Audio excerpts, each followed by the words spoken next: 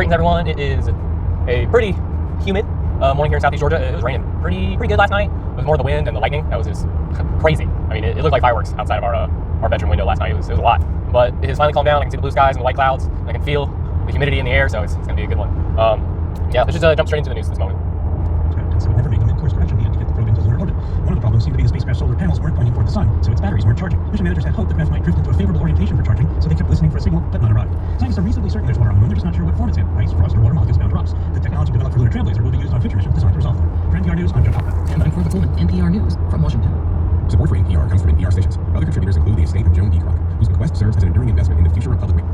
Definitely interesting questions for water on the moon and eventually water on Mars. Because if we do want to do any type of interplanetary travel, we're likely going to need water as a fuel for such an adventure, and then obviously we need water to survive.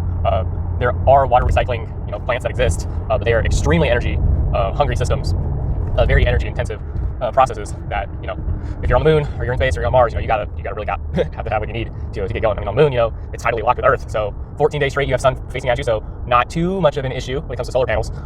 And you don't have the chemical environment like you do here on Earth eating away at it, but you have solar radiation, which is a lot more intense without an atmosphere to protect you. So it's kind of a give and take in that situation. And then, yeah, that's my thought on that. Let's get back. Posting a 100% job placement rate with flexible they're still doing ads. I was hoping I was going to cover it. More at oglethorpe.edu/MBA. This is my edition from NPR News. I'm Michelle Martin. And I'm Leila Falk. Good morning. What happens when the president says U.S. government data can't be trusted? President Trump fired the commissioner of the Bureau of Labor Statistics in response to a jobs report he didn't like, and yesterday he insisted the real numbers were actually good. Yeah, no confidence. Well, what are the numbers numbers? Ridiculous, which he announced, but that was just one negative number. All the numbers seem to be great. News echoed a moment from his first term then. At the 2017 news conference, then White House Press Secretary Sean Spicer was asked why the president touted a positive jobs report after disparaging negative ones. I talked to the president prior to this, and he said quorum very clearly. They may have been phony in the past, but it's very real now. This year, when Republicans were debating a massive tax and spending bill, the nonpartisan Congressional Budget Office said it would add trillions to the deficit. Trump accused the CBO of playing politics. CBO, who never gets basically it's a Democrat group, and we're getting tremendous reviews of the bill. Since Trump took office again, I don't think the massive increase in the deficit from 2018 to 2024 really says that. Even getting rid of money for the Inflation Reduction Act and COVID response, like the Tax and Jobs Act, still add a lot to the deficit. Right, tries to control narratives, spin facts. What is different about this president and this administration are doing? Sorry, I can't. Yeah, what's different here is the president is actually trying to force his version of reality on government agencies that are traditionally assigned to provide neutral, non-partisan, basic facts that both parties can use to debate policies. I'm about to do something that I absolutely hate doing, which is like going across lanes to get to an exit because it's just semi right here. There we go. Oh, I feel like a bad person doing that.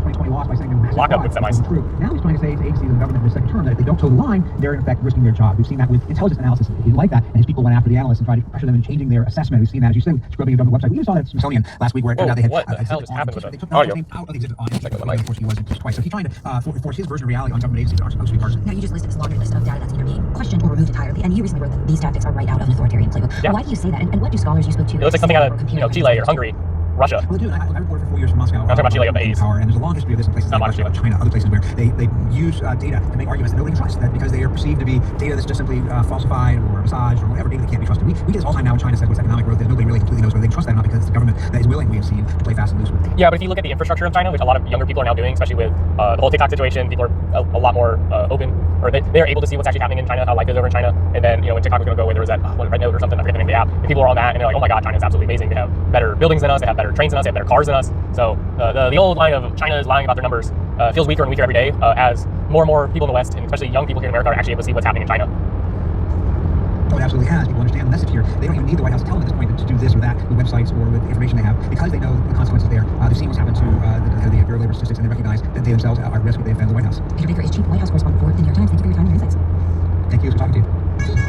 In Texas, Republican leaders have threatened to arrest Democratic lawmakers or kick them out of the legislature unless they come back to the State House. Yeah, Democrats fled the state trying to stop Republicans from redrawing the voting map. GOP is responding to calls by President Trump to make it easier to pick up 5 more Republican seats in the U.S. House next year. The House currently has a narrow Republican majority. Joining us now is Lauren McGahee of the Texas Newsroom. She's based at the Station News in Austin. Good morning, Lauren. Good morning. So let's talk about these consequences being tossed out there. What's real funny is that there's a Republican representative from Eastern California that proposed a bill in Congress to prevent states from doing mid-decade redistricting of congressional maps in response to Newsom. And his entire reasoning that he's put out publicly is he doesn't want the state of California redistricting in the middle of the decade, while completely abstaining from talking about this whole Texas situation, which shows it's a complete political ploy on his part. It's one of those no good faith politicians, which is most of them. Troopers do not have the jurisdiction to pursue them across state lines. Democrats will also probably have to pay $500 a day in fines. And Abbott's talked about bribery charges for the support they get, and even trying to kick them out of the legislature. But I talked to legal experts that question his authority to do any of that. So this isn't the first time Democrats have tried this kind of move. In past years, it hasn't been seen as particularly successful. Some lawmakers dispute that. But either way, is it different this time? I think so. Back in 2021, that fight was over a state voting bill, but Democrats didn't stick together. The Quorum break failed. Now the fight is national. On one side, we have Texas Republicans who are acting on President Donald Trump's request to withdraw the state's congressional maps. And on the other side are Texas Democrats, but this time they have allies from California to Illinois to New York backing them up. Texas Dems feel like if they give up, it'll just be the first domino to fall. Trump may then ask other states to withdraw their maps too. In Boston, Anna Hernandez, one of the lawmakers who left the state, told WBUR it's a threat to democracy. Because it's Texas now, but it's going to continue to rest of the states, and it's going to kill our democracy. And I should note that Democratic states like California are talking about doing their own redistricting to counter what Trump's asking for here. This event really could just be the beginning of a years-long national battle over voting maps. Could you just remind us of what the stakes are here for people running in these elections, but also for the people who want to vote in these elections? So Democrats say black and Latino districts are being targeted to dilute the power of non-white voices in Congress. They say, this rewrite is basically inherently racist. Texas Republicans say this isn't about race, it's about political parties. There are a couple weeks left in this special session, but the governor can keep calling more until Democrats return. That is Lauren McGahey of the Texas News Report. Thank you. You're welcome. Very interesting situation developing. There are escalating tensions between the U.S. and India. President Trump put a 25% tariff on Indian goods and says more might be coming because it buys Russian oil and weapons. And there's Reasonable. I would say that's reasonable. Trump threatened to impose a 100% tariff on Indian exports to the U.S., arguing Indian purchases of Russian oil were fueling Moscow's invasion of Ukraine.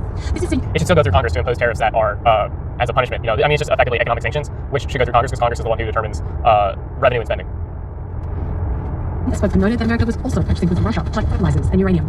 And Indian media showed a clip of the former U.S. ambassador to New Delhi, Eric Garcetti, saying last year that Washington approved of India purchasing Russian oil to keep global prices steady. It was actually the design and policy because as a commodity we didn't want oil prices going up. All this is a far cry from Trump's public embrace of the Indian Prime Minister Narendra Modi during his first administration, including holding a giant rally for Modi.